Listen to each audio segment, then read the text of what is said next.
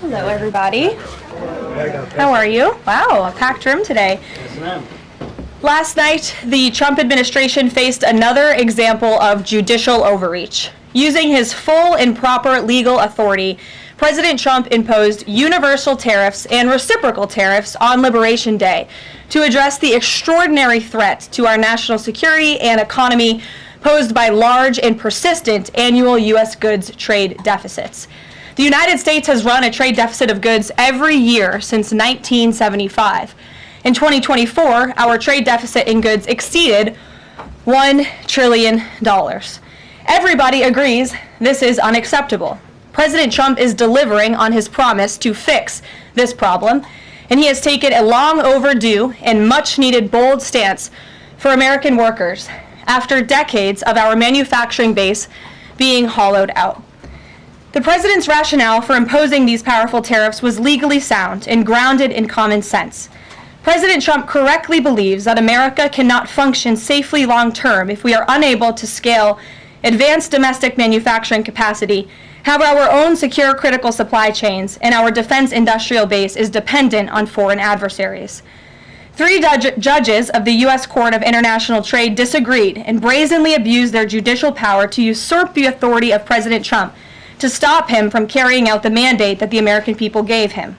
These judges failed to acknowledge that the President of the United States has core foreign affairs powers and authority given to him by Congress to protect the United States economy and national security. Congress had created the National Emergency Act to provide the congressional framework to strike down improper IEEPA use, and any questions over whether President Trump improperly imposed these IEEPA tariffs were already adjudicated in Congress following Liberation Day. Congress firmly rejected an effort led by Senator Rand Paul and Democrats to terminate the president's reciprocal tariffs. The courts should have no role here. There is a troubling and dangerous trend of unelected judges inserting themselves into the presidential decision-making process.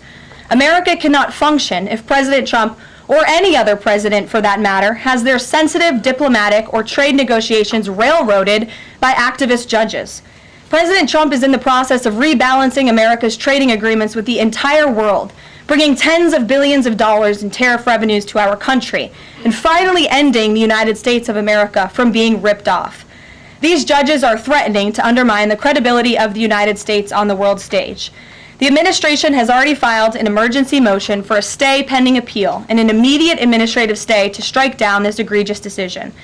But ultimately, the Supreme Court must put an end to this for the sake of our Constitution and our country. With Congress returning next week, it's critical that Senate Republicans maintain the momentum and quickly pass the One Big Beautiful Bill. The One Big Beautiful Bill will truly make America safe and prosperous. The One Big Beautiful Bill includes the largest border security investment ever. That's why the law enforcement groups are lining up to encourage its swift passage. The National Fraternal Order of Police, the largest police union in the country, just endorsed key provisions of the bill.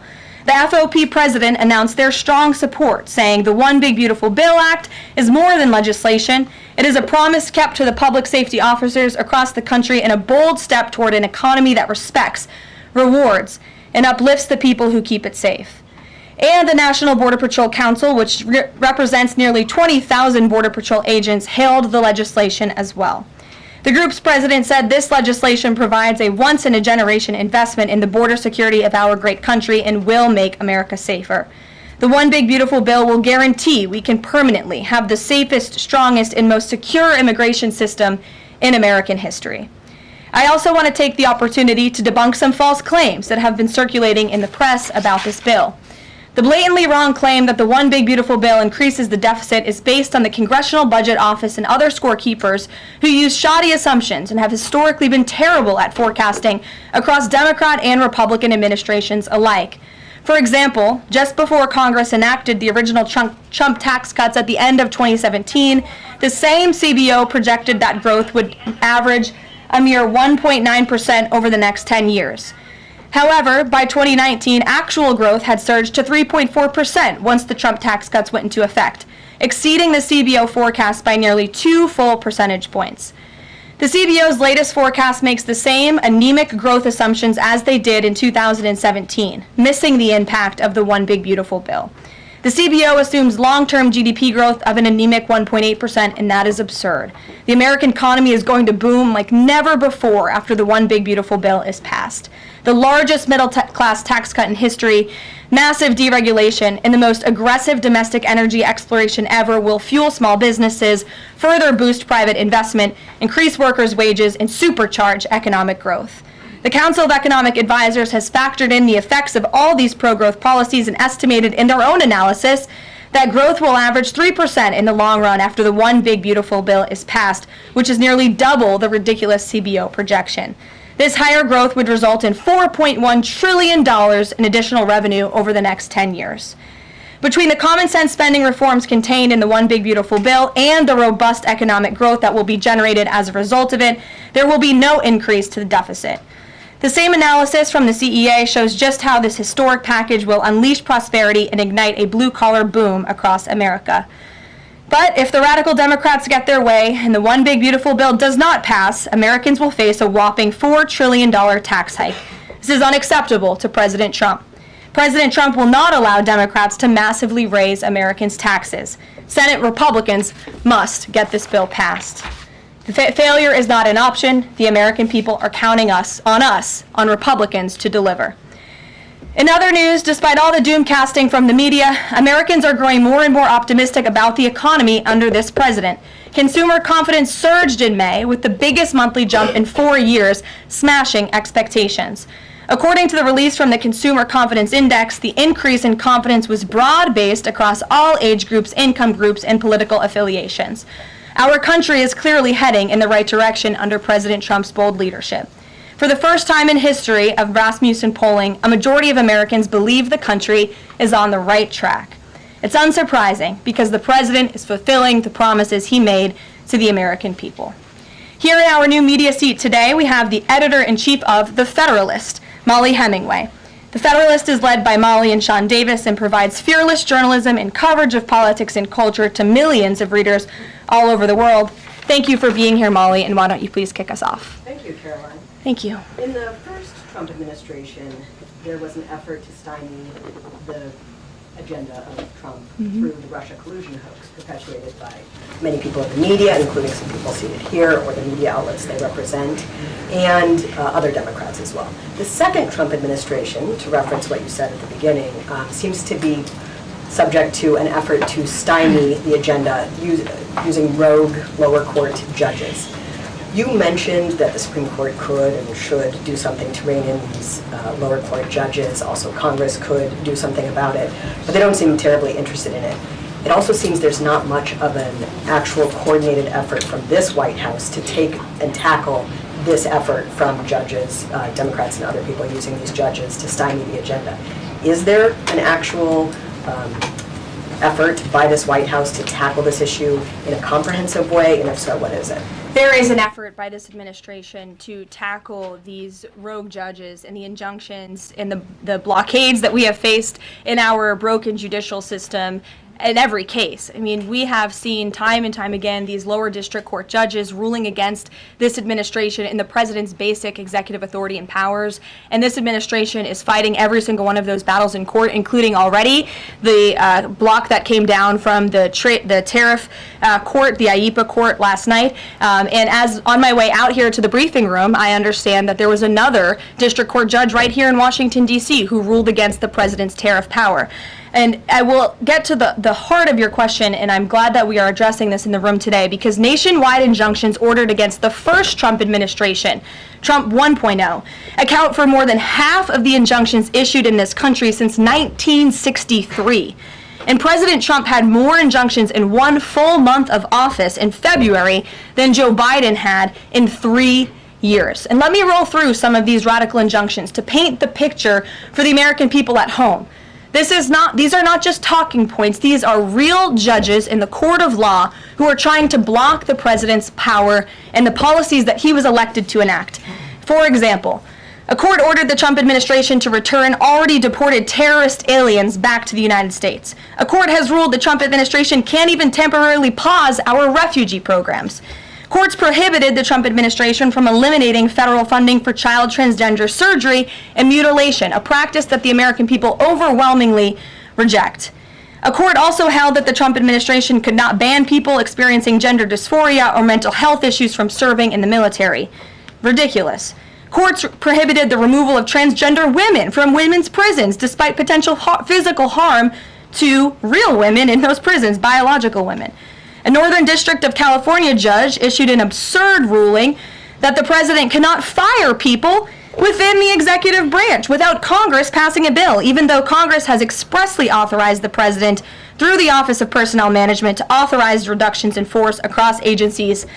A court also ordered the Trump administration to rehire thousands of already fired employees in several cases. A federal judge blocked the Trump administration from defunding the Department of Education, another signature campaign promise that this president has the power to implement. Courts ordered the Trump administration could not eliminate funding for illegal DEI programs, hence the word illegal. These are illegal programs to begin with, and now the courts are trying to say this president can't roll them back. And a district court judge prohibited the president from issuing any categorical funding freezes. And then another court ordered on top of that the administration makes $2 billion of payments in 36 hours. These are just a few of the ridiculous orders that we have seen from lower district court judges every day, and we hope that the Supreme Court will weigh in and rein them in. But White House advisor Stephen Miller says it's judicial tyranny. Some people are calling it a judicial coup. You're saying you're responding to each and every one of these actions, efforts by these judges to delay or thwart the implementation of the agenda. But is there going to be anything more than that, or is it just going to let this operation continue, even though it could delay everything for years until the presidency is over? The administration is operating under the directive given to from the president that we need to comply with the court's orders. He's made that very clear, but we're going to fight them in court, and we're going to win on the merits of these cases because we know we are acting within the president's legal and executive authorities. And thanks for being here. Gabe. Thank you, Karoline. Question on tariffs, but first actually some foreign policy news, some breaking news. Some local Israeli media is reporting that Prime Minister Netanyahu told hostage families that he's accepted a 60-day truce offer.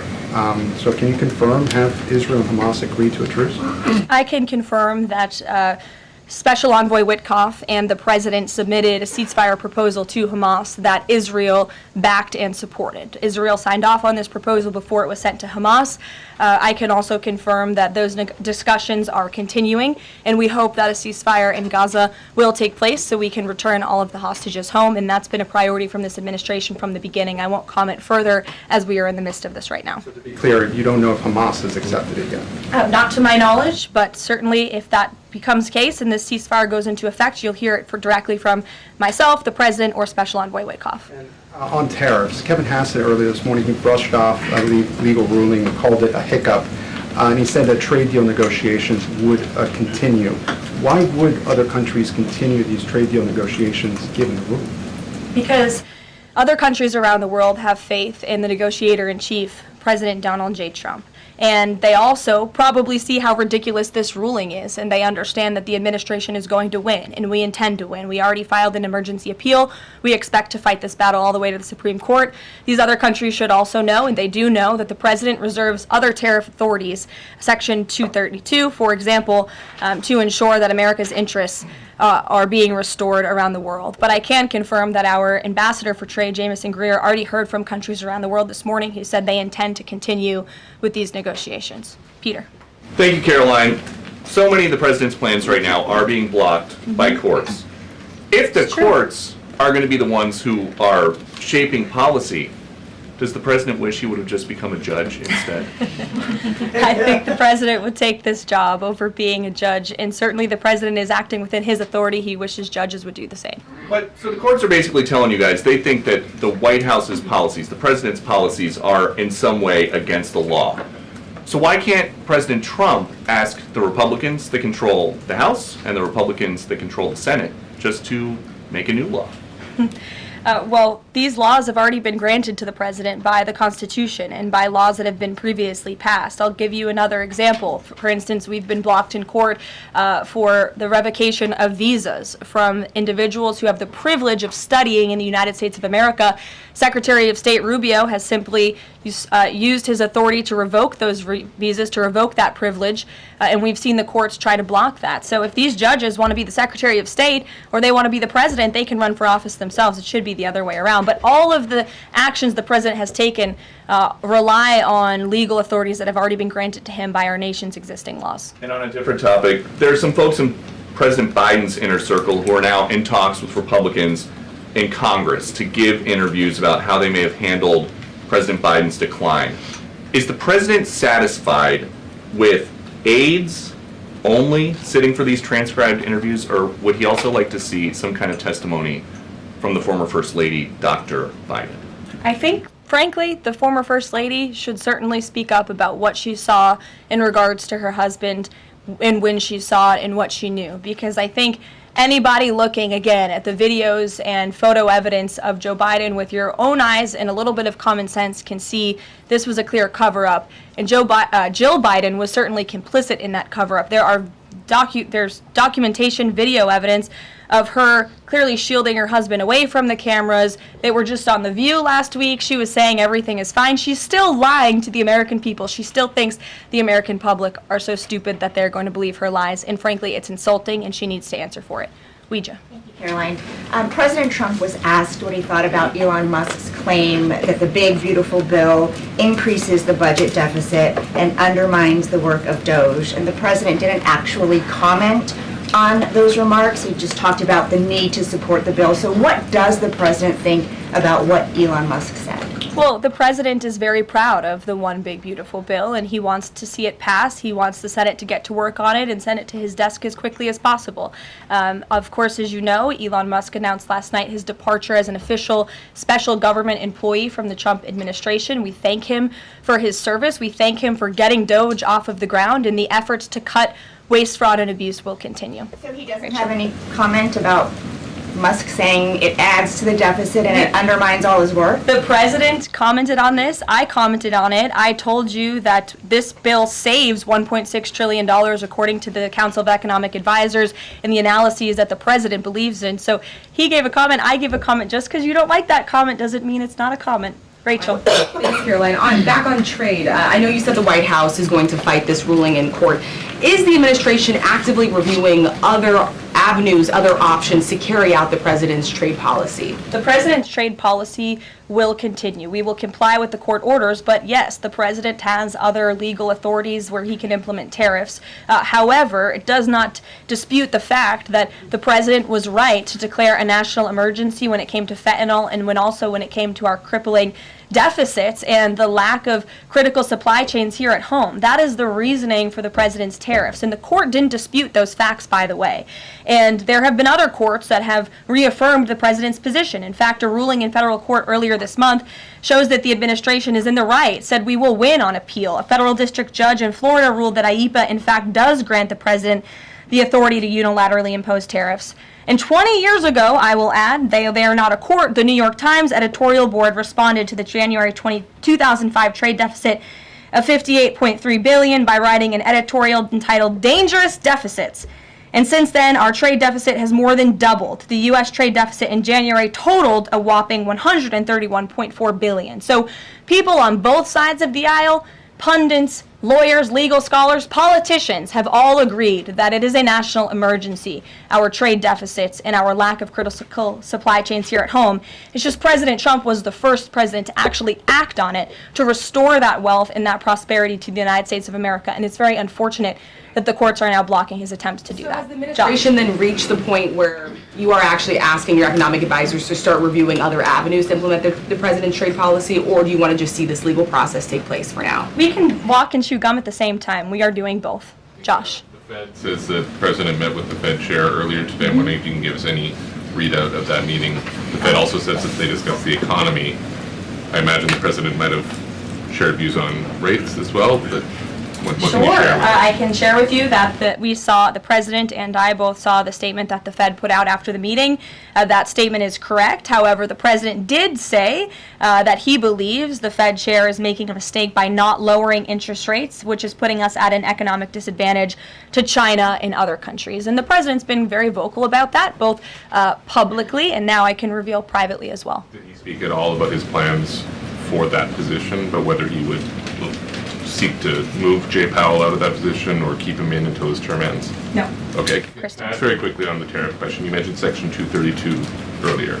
Are you suggesting that you might sort of speed up some of the existing 232 investigations? Or are you talking potentially using 232 as a replacement power if this ruling doesn't go your way? Of course, you hope it does. I'm not suggesting that. I'm just simply stating the fact that the president has other legal authorities he can use to implement tariffs, and the administration is willing to use those. As you know, we already have applied Section 232 tariffs on specific industries. Thank you. Yeah, thank you. President Trump said that he needed 1.5 to 2 weeks to determine whether or not he believed Vladimir Putin wanted peace.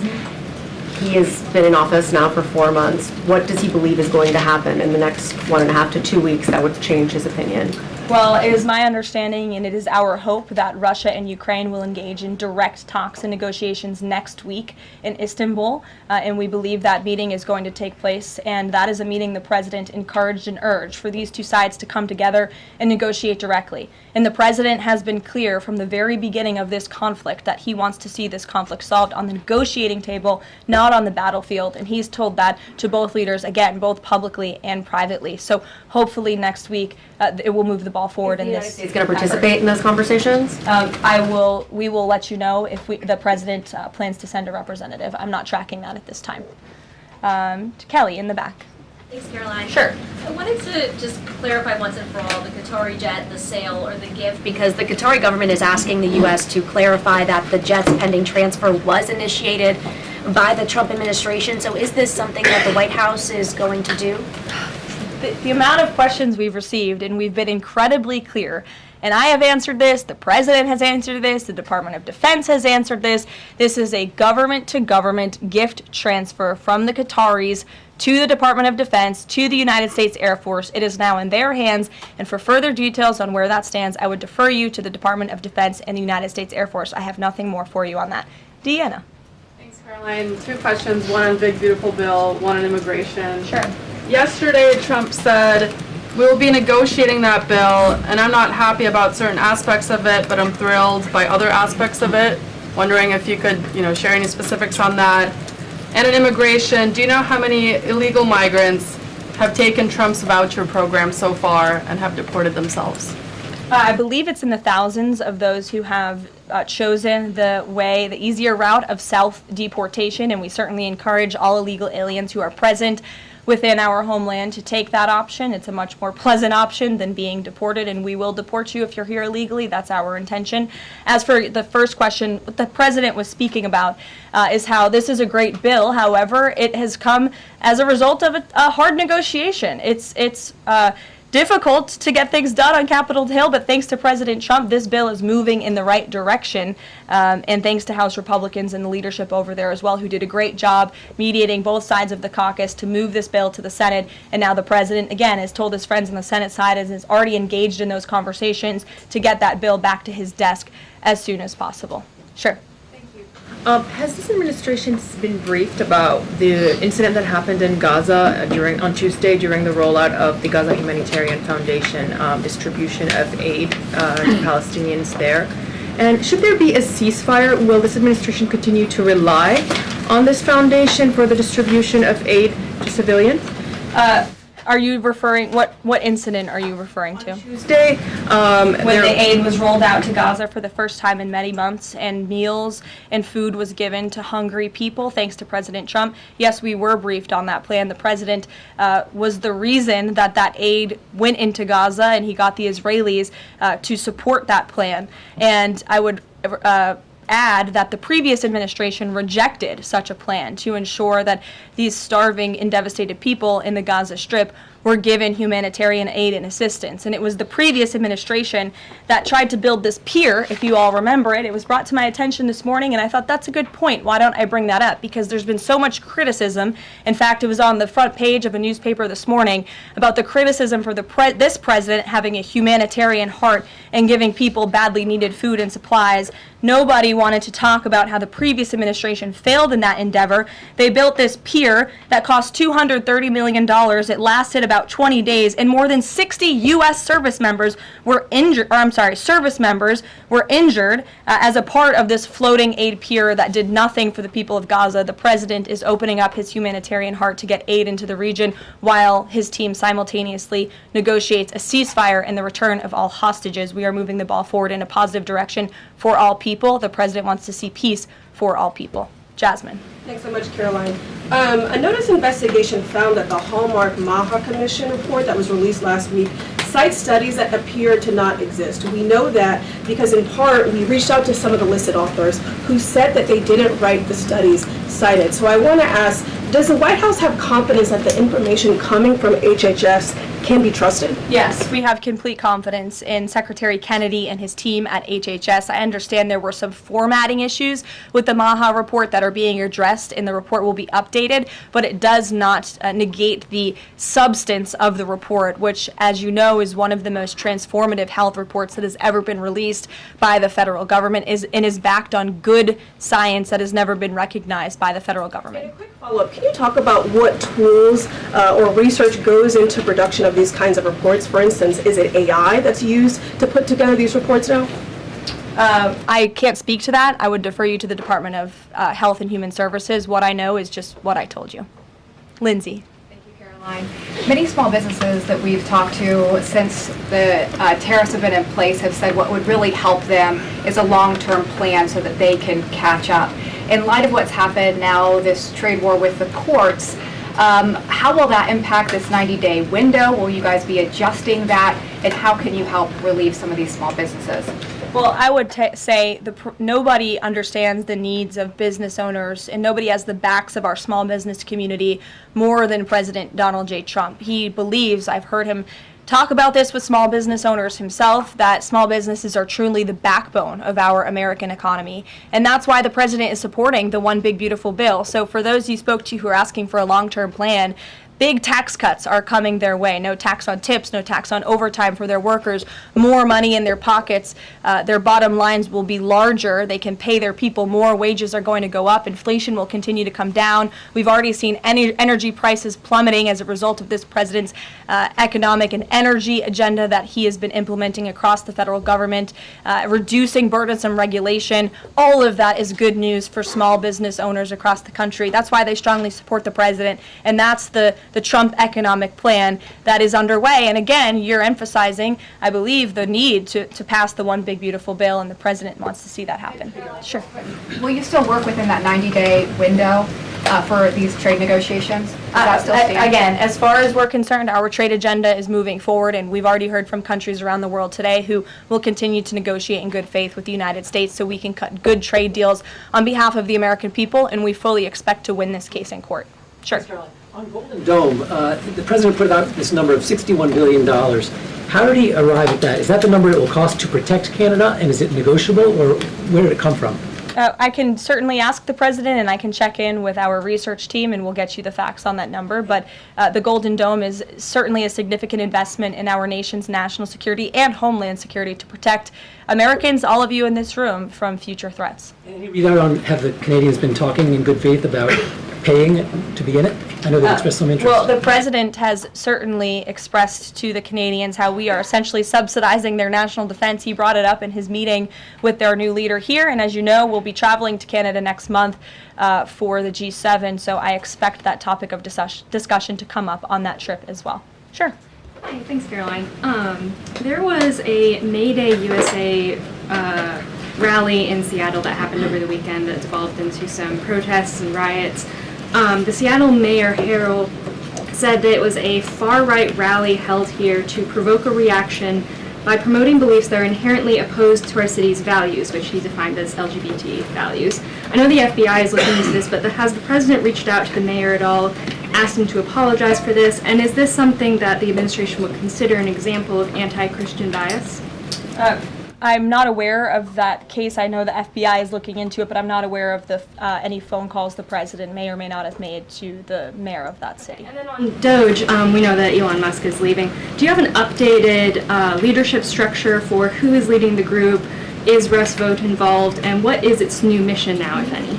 Well, the entire cabinet is involved, and I spoke to the president about it this morning, and the entire cabinet understands the need to cut government waste, fraud, and abuse, and each cabinet secretary at their respective agencies is committed to that. That's why they were working hand in hand with Elon Musk, and they'll continue to work with the respective Doge employees who have onboarded as political appointees at all of these agencies. So surely the mission of Doge will continue, and many Doge employees are now political appointees and employees of our government, and the best of my knowledge, all of them intend to stay and continue this important work. Is there a Doge leader taking the place of Mr. Musk? Well, again, the Doge leaders are each and every member of the president's cabinet and the president himself, who is wholeheartedly committed to cutting waste, fraud, and abuse from our government. Michael.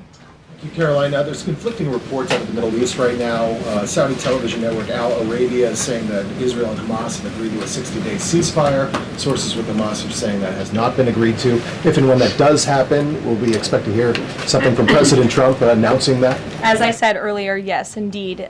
If there is an announcement to be made, it will come from the White House, the president, myself, or Special Envoy Witkoff.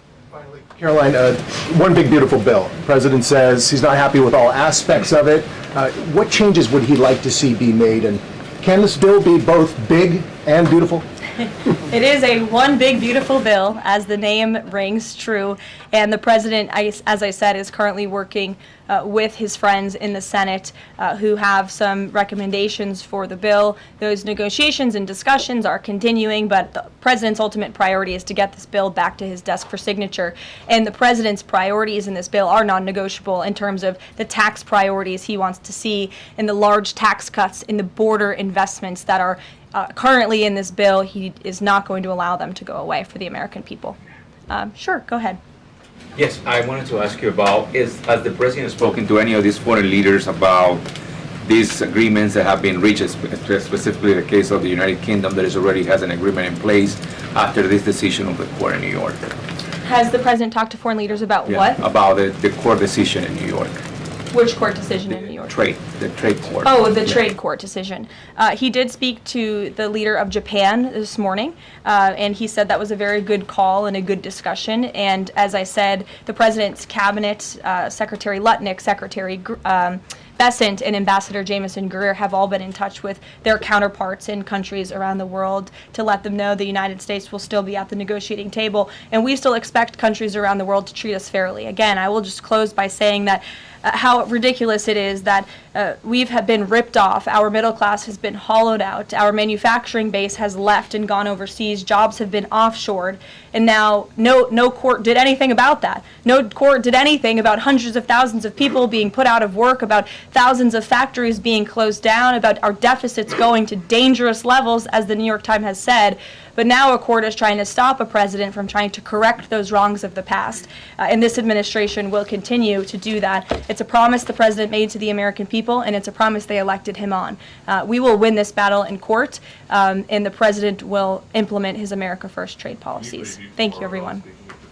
Is the U.S. Steel situation tomorrow at the speech? I can tell you the president greatly looks forward to going to Pittsburgh, Pennsylvania, where he will discuss this historic deal and discuss American jobs and American steel, and we hope to see you all there. Thanks, guys.